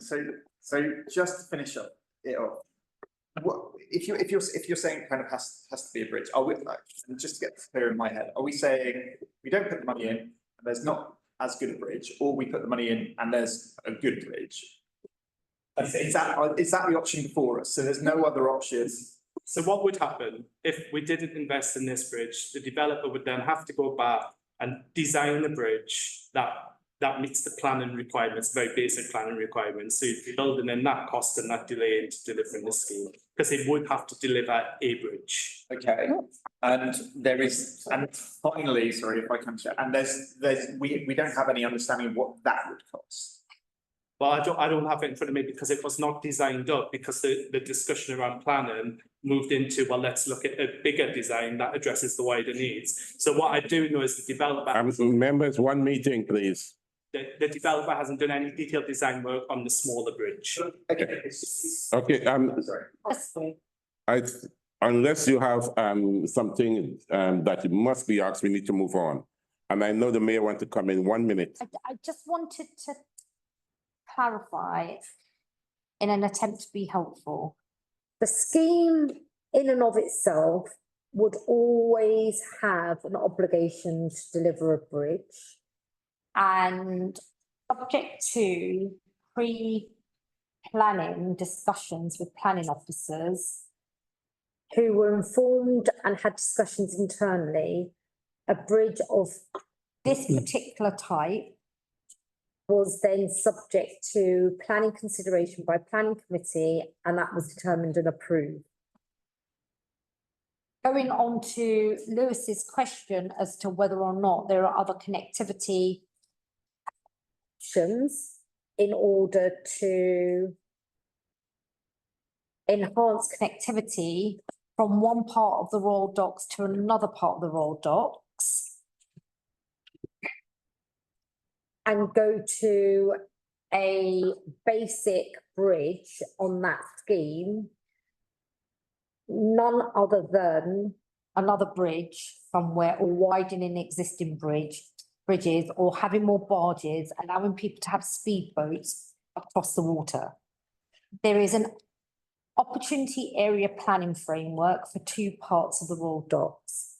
One relating to the Albert Island end and the neighbourhood around it, one relating to the Royal Victoria end and the area around it. There are plans underway with regards to the physical vision of those areas that are Royal Docks, vision that was published just before the elections, which are publicly available. We happy to send circuit them around, as well as provide you an illustrative example of what the bridge would look like and why it's the shape it is. It's not about trying to, from what I understand and what I've been told, the design of the bridge, even if it didn't increase or expand, was going to be of a high design quality and not to show off. It was never to be showy.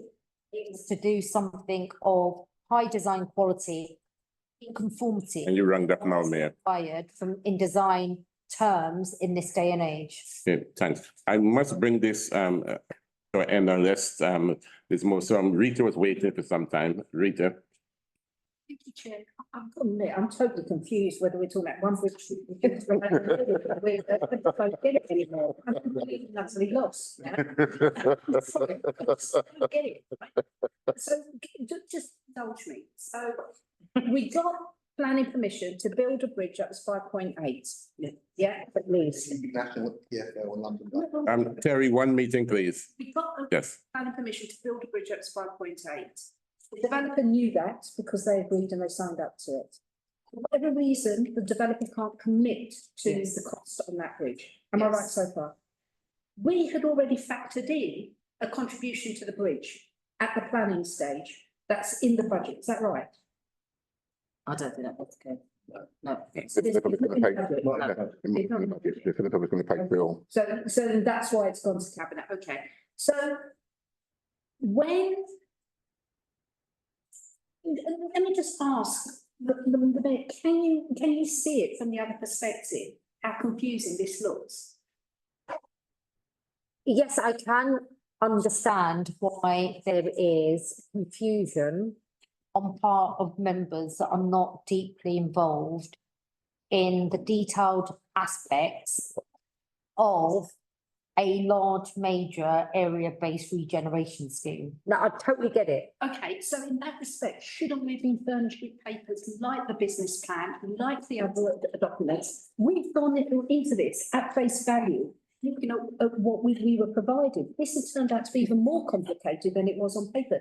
initially, this just looked like the fact that actually we were going to invest in something, but actually this is bringing up whole issues around governance, around planning, around the whole relationship that we have with developers. And the danger in all of this, and this will be my last point, is, are we in danger here tonight of actually setting a precedent of underpinning funds? Are we going to seem like a cash cow to developers? Because where are we going to draw the line? How are we going to manage this, even if it goes ahead? How are we going to justify other developers not coming to us? I can understand and appreciate the concerns. That I welcome the questions being raised. And they will be informing considerations as officers will provide updates on and determinations that we will make.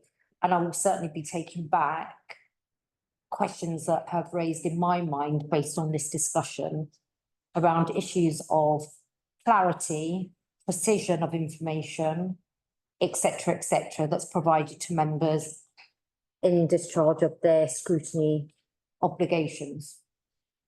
Chair, if I just may, it's not just about us as members, because I think this is also about residents as well. If we're looking at all transparency, I know great efforts being made to make sure that we're a transparent council, but actually if we're going to hone in on that, we need to see the full picture. Yeah. I think, you know, one of my suggestions would be actually the business case for this whole project is published. And I know it's not within our gift, but I think it is within our gift to ask the developer to release the business plan. I'm going to consider your question. I'm not saying that you're right or wrong. I need to just consider and discuss. And just for clarification, I accept that scrutiny plays an important role on behalf of residents, as does the executive in ensuring that money that is spent is being spent wisely. I don't think that in this instance, this will open the floodgates. I don't think that this sets a dangerous precedent. And the reason I don't think those things is because of the governance regime we've put in place and the interrogation that's been undertaken does not lead us to ever-growing grab for money as may be described by organisations and entities. I think this organisation certainly has learned lessons from recent contemporary history of the past, including in relation to the sixth form collegiate, be it London Stadium and others.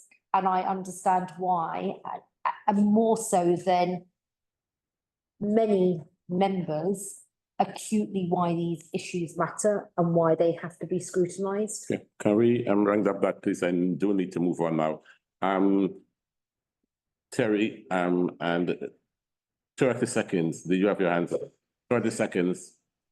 Just to clarify, back on what Councillor Godfrey's question to Darren. So at the moment, we've got a perfectly compliant planning bridge, 5.8 metres, future-proof to national TfL and London standard. That's what we've got. That's the basic bridge, right? You're nodding your head. Well, I can clarify. I don't know if you want to finish and then I'll come back. Oh, no, clarify, because you. Okay, and that's your, that's it. It's not chair. But please don't interrupt him, so let him flow on the, yes. Look, phrase the question then, might be helpful. Your 30 seconds is running out. Go on. Based on the planning decision last year, the bridge got signed off, 0.8 metres. In the notes, it says Chris Gascoigne from DP9 said they would pay the bridge, right? The bridge was designed at pre-up standards to national tier for London standards. We got a bridge. I've seen the designs for the bridge, right? That's what we get. So if Cabinet said we're going to reverse their decision, we'll still get a bridge which is planning compliant, won't we? Yes. Right. And back to Councillor Godfrey's question, we'll have £13 million of capital, which we could put into temporary accommodation, which is burning a hole, or in other public realm stuff. Is that correct? Well, that would be a decision for the council to take. Absolutely right. So I just want to clarify, if the decision here because this is a different meeting, which the information which has come out here to what's in this paper. I just want to clarify, because you want to quite clear to Councillor Godfrey, if the mayor decided, because scrutiny is a valuable tool, not to proceed with the cabinet decision, we'll still get a bridge, wouldn't we? Which is planning compliant, which is future proof. Is that correct? No. Okay, tell me why. Because the planning condition subscribes the scale and the width of the bridge, which is at least the 5.8 M. So basically, we'd get a bridge, we would, you're right, but it would be to deliver what is needed for that 7,000 development in that bit of the borough. It would not help us with any future growth or any future infrastructure requirements. When we negotiate with the developer, why do we ask the developer to put more money in their pocket then?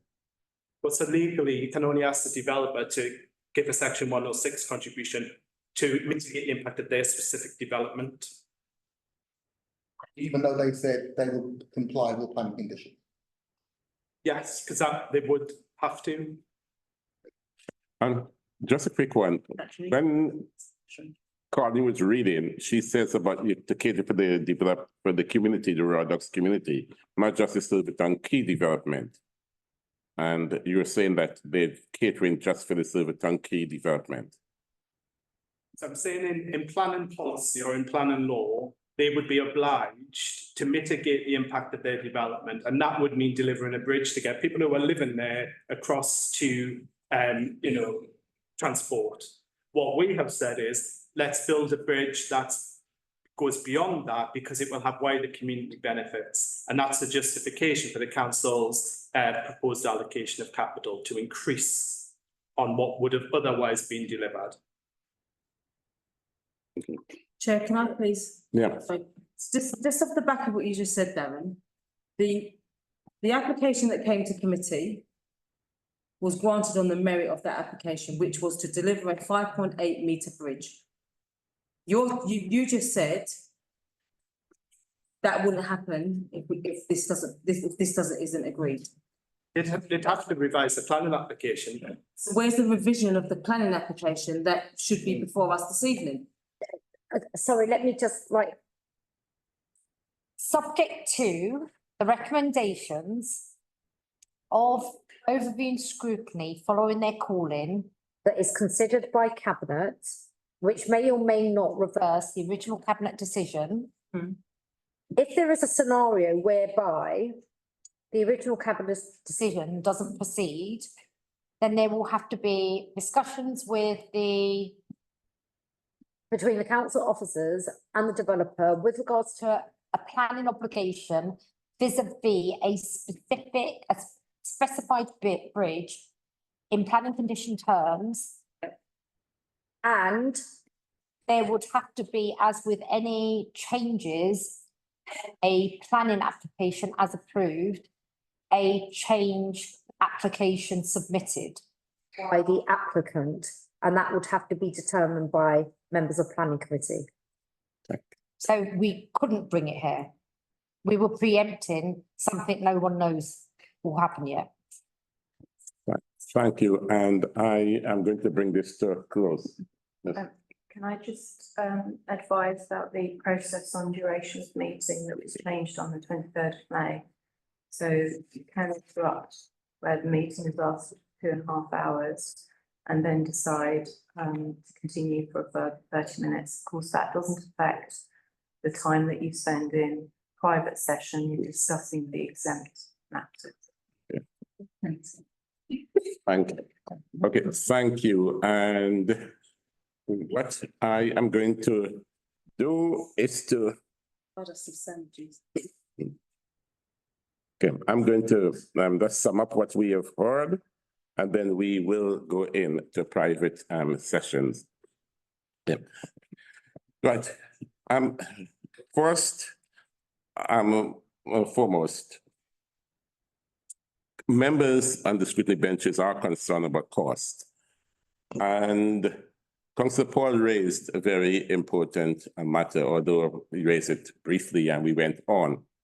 Cabinet, I take it, I'm seeing that this is a paper that went to cabinet, not the paper. And this is a paper that Cabinet, on the basis of this paper, Cabinet approved the decision to give or to contribute 13.2 million towards the construction of the bridge. Councillor Paul has mentioned, and I do agree with him, the paper, every time a paper comes to scrutiny, scrutiny seems to find deficiencies in the paper and what Cabinet, in terms that goes to Cabinet, that Cabinet approved. So therefore, there should be some work, added work, and I know the chief exec took on board that way back in January, February of this year to make certain that whatever goes to Cabinet and comes to us is, you know, solid, it's, you know, fit for purpose. And I went to comment on my Cabinet colleagues, whether they had enough information to make the decision, but obviously we looking at it now is obviously think that there isn't enough information here. And perhaps if Cabinet members had the information that we're teasing out here, they might have come up with a different decision. So that's it. Right. So what I gathered from my colleagues, they're concerned about the cost. And that is particularly in light of the fact that we are running a budget gap for the next 2 to 3 years of about 110 million. And what colleagues are saying is that at this time, with 1 million pounds per year over the next 50 years, is not something that we should be considering. Perhaps 5, 10 years from now, our finances might change and we can afford it then, but colleagues are concerned about the now. And the now is we cannot afford it. We're running a budget, supposed budget gap for this year of 47 million pounds. That is one. Future proof. We heard that the planning authorities or whatever goes to planning is future proof. So therefore, the bridge is already future proof for future development. And I know there's some discrepancy there because at one point, Darren said it's future proof, and then the next thing he said it's only for the Silver Tongue area, etc. And so that is one of the concerns that we have on this side about the future proofing and the expansion. Another thing that is missing, and members have brought that to the fore, that there is no business case. And because there's no business case, we do not know what is going to be the tangible economic benefits of this project, whether it needs to be future-proof in terms of the entire area, or just leave it as it is for the Silver Tongue key development. So that's missing.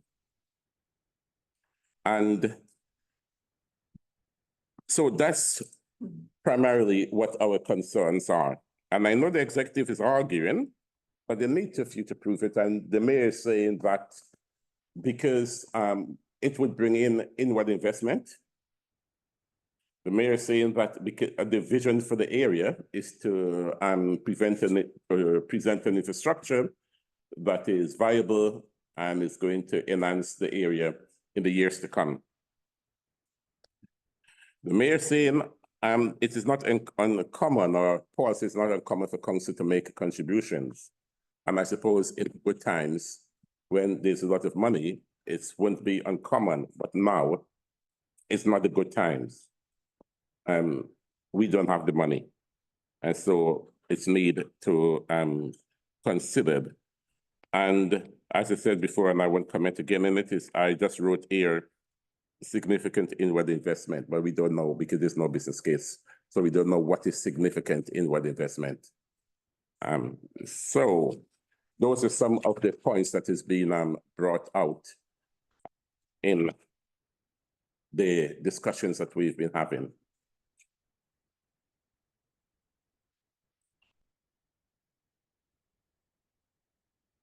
So, thank you. So, what we're going to be doing now is to go into deliberation mode.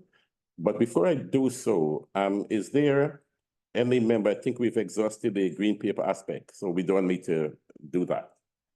Okay, so what I would do is to thank the executive for attending.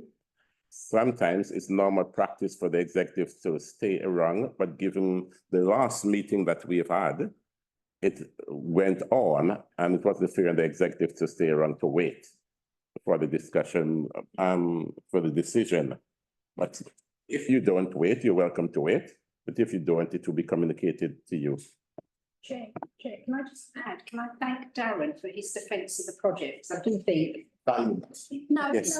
no, I think a lot of effort's clearly been put in this evening, right, to defend the project. We may not agree with you, but thank you for your contribution. Yeah, well done, well said. Very robust. Okay. All right, so thank you all, and our decision will be communicated in writing. The legal officer, I think, stayed with us.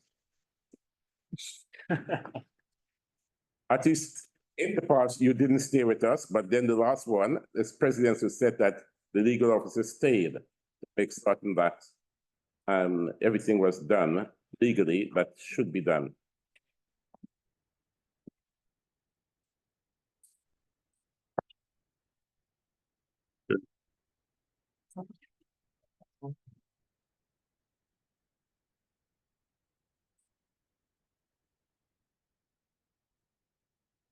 Yeah.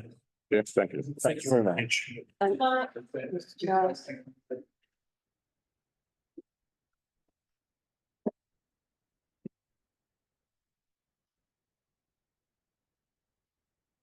Okay, I,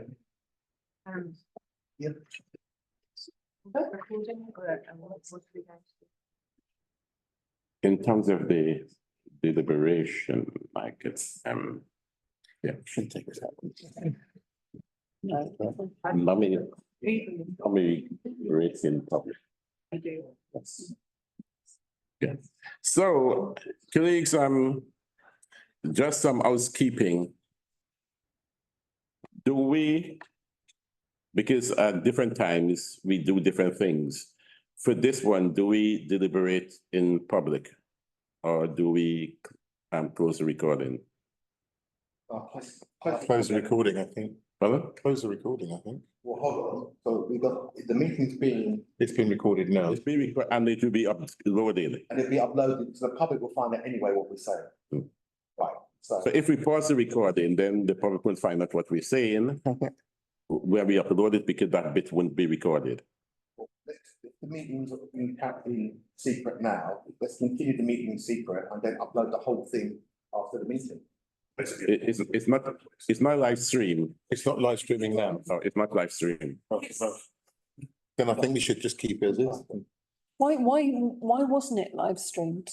Because everything I've been doing, has been. There's some technical issues why it wasn't live streamed, but it would be. That money to change to sort that out. Thank you. That was all. Okay, so what's the consensus? Do we We pause. We pause. Okay, Okay. so bear with me for a second. It's all for.